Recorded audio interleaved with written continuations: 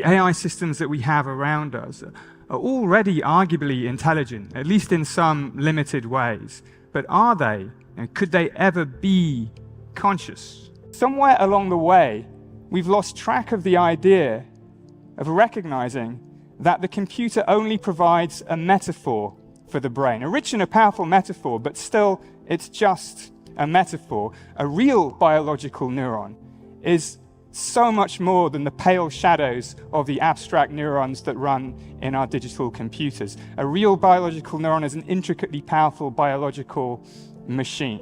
Now, some things that brains do might count as computation, but that doesn't mean that the brain actually is a computer. Of course, you can still use computer models to simulate the brain, to try to understand how it works, but a computer model or simulation of the brain would only ever give rise to consciousness if consciousness is purely a matter of computation. This might be true. This is a really big assumption, and it might be true for something like intelligence, because intelligence, at least in some forms, can be thought of as a kind of algorithm. It's about doing something.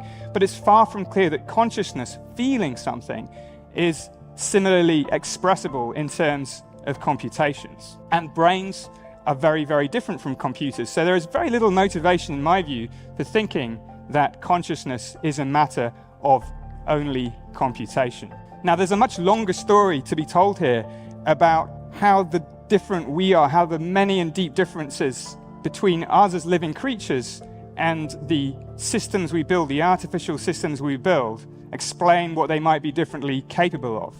Now, it could be, and I think it likely is, that it's life rather than computation that matters when it comes to consciousness, that it's our nature as living flesh and blood creatures continually remaking ourselves in the furnace of metabolism that breathes fire into the equations of consciousness. But the real question is, how close does AI have to be to real biological brains to be conscious?